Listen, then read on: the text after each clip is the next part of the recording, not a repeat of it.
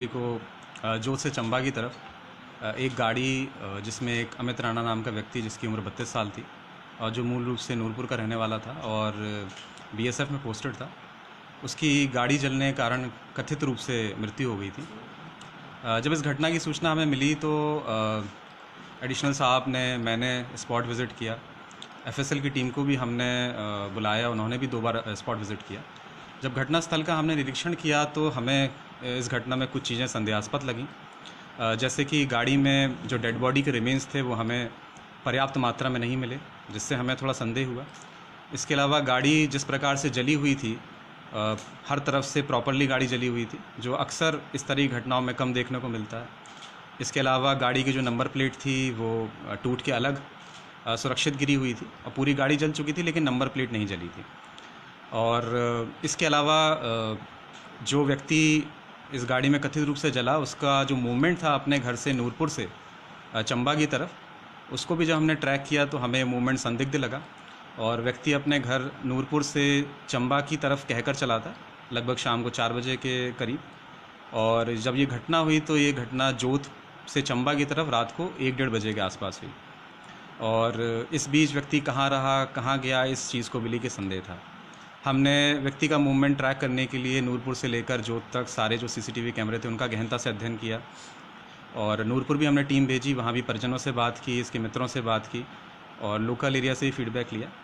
और जिस तरह से इन्वेस्टिगेशन चल रही थी, हमें मामले में थोड़ा संदेह लग रहा था और इस वजह से हमने जांच अपनी और तेज़ कर दी और व्यक्ति की फाइनेंशियल ट्रांजैक्शंस, उसके बैंक अकाउंट्स, हर तरह की जानकारी हमने एकत्रित की।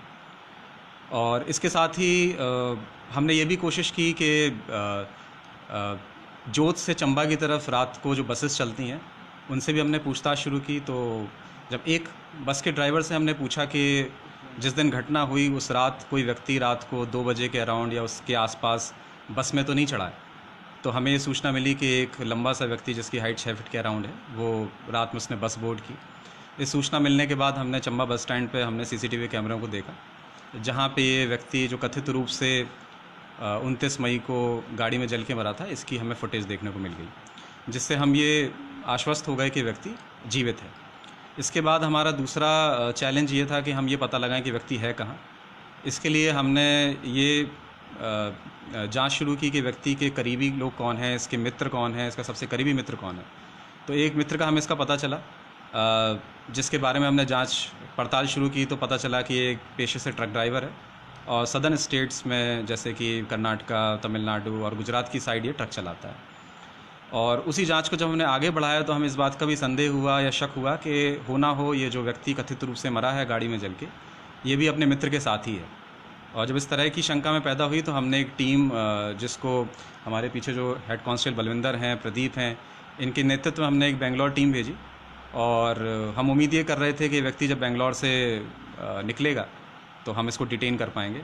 और उम्मीद के मुताबिक ही जब जो कथित रूप से व्यक्ति की मृत्यु हुई थी, वो और उसका दोस्त एक ट्रक में बैठ के बेंगलोर से चेन्नई की तरफ जा रहे थे, तो हमने इनको इंटरसेप्ट किया, इनको रोका। और ये व्यक्ति जो कथित रूप से 29 तारीख की रात को जल के मरा था, ये हमें उस ट्रक में मिला। इसके साथ ही इसको पकड़ने के बाद जब हमने इससे पूछताछ शुरू की कि ये इसने अपनी मृत्यु का ड्रामा या ये पूरा खेल क्यों रचा, तो इसने हमें ये बताया कि ये पिछले काफ़ी समय से फाइनेंशियल डिस्ट्रेस में था, आर्थिक तंगी में था और इसने लगभग 40-45 लाख रुपए का लोन ले रखा था, जिस लोन को चुकाने की इसकी क्षमता नहीं थी और पैसा ये उड़ा चुका था। तो इन सब चीज़ों से परेशान होकर इसने अपनी मृत्यु का ये ड्रामा रचा। और व्यक्ति को हम बेंगलोर से पकड़ के यहाँ चंबा ले आए हैं और जो भी इसमें कानूनी कार्रवाई बनती है व्यक्ति के अगेंस्ट वो की जाएगी। सर, जो उसने लोन की कहानी बताई है कहीं वो भी तो झूठी नहीं, क्योंकि लोन तो जब कोई मर जाता है जी, उसका जो गारंटर होता है या जो फैमिली मेंबर होते हैं या प्रॉपर्टी होती है, जी, बैंक उससे रिकवर करता है। जी। तो उस कहानी में देखिए, ये व्यक्ति के बताने से पहले ही हम, जैसा मैंने आपको बताया, हम फाइनेंशियल इन्वेस्टिगेशन कर रहे थे और हम इस पहलू पे भी जांच कर रहे थे कि कोई सस्पिशियस ट्रांजैक्शन या कोई इस तरह की चीज़ तो नहीं है। तो जो इस व्यक्ति ने हमें पूछताछ में बताया वो लार्जली सही है और व्यक्ति ने वाकई लोन ले रखे थे काफ़ी। और पूछताछ में ये भी सामने आया कि इस व्यक्ति को ऑनलाइन गेम्स खेलने की लत लगी हुई थी। और जैसा कि आप सब लोग जानते हैं, लूडो एक ऑनलाइन लोग खेलते हैं, रमी खेलते हैं, इस तरह के गेम्स खेलता था। और इन्हीं गेम्स को खेलने की वजह से इसने अपना पैसा जो है वो बर्बाद किया।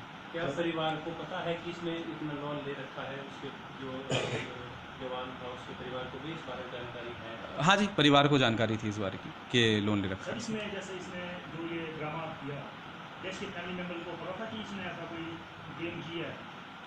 नहीं देखिए, फैमिली मेम्बर्स को इस बात की जानकारी नहीं थी और वो इस बात से अनभिज्ञ थे और ये इसने अकेले ही ड्रामा रचा, इसमें फैमिली मेम्बर कोई इन्वॉल्व नहीं था अभी तक की जो पूछताछ में सामने आया। तो जिसने ये घटना घटी थी तो इसके फैमिली का रिएक्शन भी कोई ऐसा खास हो जाता है कि जिसका बच्चा जलता है तो उसको कोई तो उसको कुछ ऐसा था नहीं। अब देखिए, ये हमें जो शक होने की जो वजह थी वो मैंने आपसे शेयर की। हो सकता है फैमिली को इतनी टेक्निकल डिटेल्स उन्होंने उस तरह से ना इसको सोच पाए हो, लेकिन अभी तक की पूछताछ में, अभी तक की जांच में ऐसा कुछ सामने नहीं आया है कि फैमिली मेम्बर्स की कोई इन्वॉल्वमेंट थी। इसने अभी तक जो सामने आया है, इसने खुद ही ये ड्रामा रचा और फैमिली मेम्बर्स को भी आप ही लोगों की तरह अभी पता चला है जब हम इस व्यक्ति को पकड़ के लाए हैं। सर इसके खिलाफ किस धारा में मुकदमा दिया है? देखिए, ये अभी हम इससे पूछताछ कर रहे हैं और पूछताछ के आधार पर जो जो इसके अपराध बनेंगे, जो जो ऑफेंसेस कॉग्निजेबल इसमें पाए जाएंगे, उनके अनुसार इसमें कार्रवाई की जाएगी। अभी मैटर अंडर प्रोसेस है, हम इसमें लीगल ओपिनियन भी ले रहे हैं, उसके आधार पर इसके खिलाफ जो भी अपराध बनता होगा वो। सर बीएसएफ में भी इसका रिकॉर्ड खराब है, इस पे वहाँ पे भी कार्रवाई कर रही है, कुछ नशे की तस्करी वगैरह में भी इन्वॉल्व है। इसमें क्या? देखिए, जहाँ तक ये नशे की तस्करी वाली बात है, अभी तक इस तरह की कोई बात मेरी जांच में सामने नहीं आई और हमने स्पेसिफिकली इस मुद्दे पे भी जांच की, लेकिन अभी तक ऐसा कोई मामला सामने नहीं आया है। बीएसएफ अथॉरिटी से भी हम कांटेक्ट में थे और ये नशे वाला कोई इसमें अभी एंगल नहीं है। सर जो कार में उस टाइम बरामद हुआ था, जी जिसको बताया गया कि ये इसकी बॉडी का जो है वो पार्ट बचा हुआ है, जी। वो किस चीज़ का था, वो क्या है? देखिए, जो बॉडी के रिमेन्स हमें गाड़ी में मिले थे उसमें जो एक प्रोमिनेंट चीज़ जो हमें मिली थी वो एक हड्डी का टुकड़ा था और जिसको हमने एफएसएल भेजा हुआ है जांच के लिए। हमने जब आरोपी से इस बारे में पूछताछ की तो उसने हमें ये बताया कि उसने कहीं से हड्डी का टुकड़ा उठाया था, कहीं से स्केलेटन का कोई रिमेन या मानव या जानवर, वो अभी जांच का विषय है, लेकिन इसने एक हड्डी का टुकड़ा या हड्डी के कुछ टुकड़े उठाकर गाड़ी में रखे थे और उसमें आग लगाई थी। सर जब ये मामला सामने आया था तो जो भी लोग वो फोटो वगैरह देख रहे थे या मौके के जो हालात थे, उसमें हर कोई एक जनरल आदमी भी ये बोल रहा था कि ये ऐसा मामला नहीं है, क्योंकि गाड़ी साइड में खड़ी थी सर, गाड़ी पूरी तरह से नहीं जली हुई थी, तो ये साफ लग रहा था ये साजिश है। तो इतना जो आम आदमी सर इस चीज़ को देख रहा था, तो पुलिस ने उसमें 174 की कार्रवाई करने में इतनी जल्दी क्यों? नहीं देखिए, ऐसा होता है कि जब भी इस तरह की घटना होती है जिसमें कोई फाउल प्ले सस्पेक्टेड है, या इस केस में ऐसा नहीं निकला, लेकिन अगर कोई मर्डर वाला एंगल है या कोई और एंगल है, तो फिलहाल पुलिस 174 की कार्रवाई करती है। उसके पास हमारे पास स्कोप खुला होता है कि उसके बाद भी हम जांच कर सकते हैं, जैसे इस केस में भी हुआ, उसके बाद भी जांच जारी रही और जांच के आधार पर अगर कोई ऐसा जिस भी तरह का अपराध साबित होता, कार्रवाई होती। तो इस केस में भी फिलहाल हमने 174 की कार्रवाई की थी, जब तक की चीज़ें साबित नहीं हो जाती जांच हम करते रहे। अब जांच के आधार पर जो भी सामने आया उस पर कार्रवाई की जाएगी। सर कहीं जो लोन की रकम थी उसको भरने के लिए इसने इंश्योरेंस पॉलिसी क्लेम करने के लिए तो नहीं किया था ऐसा? देखिए, इसके पास इंश्योरेंस पॉलिसीज़ भी थी कुछ और लोन को भी इसने इंश्योर्ड किया हुआ था और फ़िलहाल जो हमने इसका मकसद जानने की कोशिश की है पूछताछ में, तो इसने यही बताया है कि मैं आर्थिक परेशानी की वजह से इन सब चीज़ों से दूर जाना चाहता था और मैं दोबारा कभी घर आना नहीं चाहता था और मैं एक नई ज़िंदगी शुरू करने की सोच रहा था। और जब ये व्यक्ति ये घटना करके यहाँ से चंबा से गया तो ये पहले पठानकोट गया, फिर वहाँ से दिल्ली गया और दिल्ली में भी इसने कुछ कोशिश की कोई काम करने की या कोई ऑल्टरनेटिव मीन्स ऑफ लाइवलीहुड ढूंढने की। उसके बाद ये अहमदाबाद गया, वहाँ भी इसने कुछ कोशिश की और जब इसको कुछ समझ में नहीं आया तो फिर ये अपने मित्र के पास सदन साइड चला गया, जहाँ पर ये उसके साथ ट्रक में पाया गया। तो अभी तक की जांच में हम अभी भी जांच को कंटिन्यू रख रहे हैं और कोशिश हमने यही है कि अगर और भी कोई पहलू इसमें है तो वो भी सामने आए। लेकिन फ़िलहाल की जांच में ये सामने आया है कि फाइनेंशियल डिस्ट्रेस था, आर्थिक रूप से परेशान था, लोन वगैरह इसने जो लिए थे वो पैसा ये अन्य चीज़ों में खर्च कर चुका था, जैसा मैंने आपको बताया ऑनलाइन गेमिंग की इसको लत थी, उनमें पैसा खर्च कर चुका था। तो इसको अब आज सामने अंधकार दिख रहा था कि अब कोई इसको तरीका समझ में नहीं आया तो इसने इस घटना को अंजाम दिया। कानूनी रूप में अगर देखा जाए तो मतलब पहले तो तभी डिक्लेयर होता है जब मतलब कोई बॉडी मिले या कुछ टाइम वार्ड होता है, जी, टाइम जी, जी, जैसे कल 7 साल में जी। इसमें कैसे इसमें कैसे मतलब वो ये तो भी पकड़ा गया जी तब हुआ, जी। अदरवाइज ये पहले ही डिक्लेयर हो गया था। नहीं जी, हमारी तरफ से डेड डिक्लेयर नहीं हुआ था। और इवन मैं आपको बताऊं कि बीएसएफ अथॉरिटीज़ भी हमसे टच में थी और वो हमसे असरटेन करना चाहती थी कि इस आदमी की मृत्यु हुई है कि नहीं हुई। तो हमने भी आधिकारिक रूप से उनको कोई जवाब नहीं दिया और उनके जो कमांडेंट साहब से मेरी चर्चा हुई तो उसमें मैंने उनको ये बोला कि ये जांच का विषय है, क्योंकि इसमें डेड बॉडी ऐसी नहीं मिली है जिसकी हम शिनाख्त कर सकें। तो हड्डी के कुछ टुकड़े ही हैं जिनको हम जब तक एफएसएल की रिपोर्ट इसमें नहीं आ जाती और डीएनए का मिलान नहीं हो जाता तब तक हम ये नहीं कह सकते कि इसकी मृत्यु हुई है। तो हमारी तरफ से कोई इसमें आधिकारिक मृत्यु की पुष्टि नहीं हुई और बीएसएफ को भी हमने ये जवाब दिया। उन्होंने तो राजकीय सम्मान के साथ अंतिम संस्कार कर दिया था बीएसएफ में, वहाँ जवान आए थे, जी दो जवान आए थे। जी।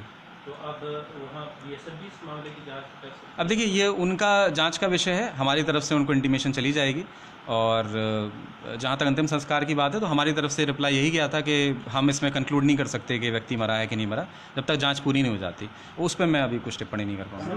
कहाँ पोस्टेड है सर और कहाँ का रहने वाला है? ये देखिए मूल रूप से नूरपुर का रहने वाला है ये और ये राजस्थान पोस्टेड था। सर इसने जो वारदात को अंजाम दिया है क्या वो अकेला था उस समय जब इसने कार वगैरह की जलाई है, इसके साथ कोई और भी इन्वॉल्व था? नहीं, अभी तक की जांच में अकेला ही पाया गया ये। गिरफ्तारियाँ कितनी हुई?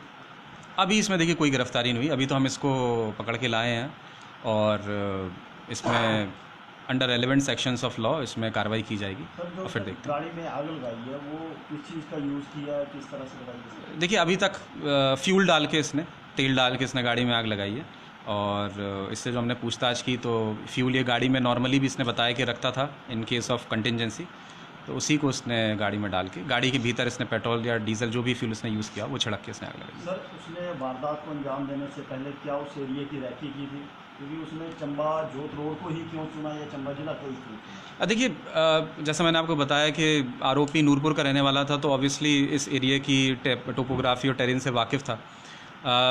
जहाँ तक जोत रोड को चुनने की बात है तो जब हमने इस बारे में पूछताछ की तो उसका ये कहना था कि ये रोड रात को सुनसान हो जाता है या गाड़ियाँ कम चलती हैं इस रोड पे, तो अगर इस तरह की घटना वो करता है तो इसको देखने की संभावना किसी और के द्वारा कम रहेगी। सर उसमें टीम के नाम बता दें कि टीम वहाँ गई। देखिए हमारे जो इसमें टीम है मेरे पीछे ही खड़ी हुई है, हेड कांस्टेबल बलविंदर है, प्रदीप है और एएसआई अजय, ये 3 लोगों की टीम हमने बेंगलोर भेजी थी और हेड कांस्टेबल बलविंदर और कांस्टेबल प्रदीप। और इसमें विशेष रूप से मैं हेड कांस्टेबल बलविंदर जी का मेंशन करना चाहूँगा जिन्होंने इस केस में बहुत ही सराहनीय काम किया, बहुत ही उत्कृष्ट काम किया है और शुरुआत से ही ये चाहे वो सीसीटीवी फुटेज खंगालना हो, चाहे टेक्निकल एनालिसिस हो या अलग अलग जगहों पे जांच करना हो, इन्होंने प्रदीप ने बहुत ही मेहनत से इस केस में काम किया है और केस को लॉजिकल कंक्लूजन तक पहुंचाया। बेंगलोर तक गए, वहाँ भी काफ़ी मुश्किल हालातों में हमने इनको पकड़ा है एक्यूज्ड को, तो बहुत ही सराहनीय, बहुत ही शानदार काम किया। बेंगलोर में कितने दिन गए सर? बेंगलोर में लगभग 3 दिन। सर निस्संदेह चंबा पुलिस ने या चंबा की जो पुलिस टीम है उसने बहुत बढ़िया काम किया है और हिमाचल में अपनी तरह का ये पहला एक खुलासा किया है हिमाचल पुलिस ने। तो क्या ये जो टीम है सर उसको सम्मानित करने के लिए आप हिमाचल गवर्नमेंट को या राज्यपाल महोदय को क्या कोई रिकमेंडेशन कर रहे हैं सर? जी देख जैसा आपने कहा कि टीम ने बहुत ही अच्छा काम किया है और इसमें विभागीय तौर पे या सरकारी तौर पे जो भी इनको कमेंडेशन मिल सकता है, जो भी इसमें पुरस्कार मिल सकता है, हम उसकी पूरी कोशिश करेंगे। सर आरोपी को कब न्यायालय में पेश? देखिए अभी मैंने जैसा आपको कहा कि हम लीगल ओपिनियन भी ले रहे हैं और ये अंडर प्रोसेस है, कानूनी कार्रवाई जिनकी होनी है तो जो इसमें धाराएं बनती हैं उनके तहत इसमें मुकदमा दर्ज होगा और मुकदमा दर्ज होने के बाद जैसी इन्वेस्टिगेशन आगे चलती है आपको सूचित किया जाएगा।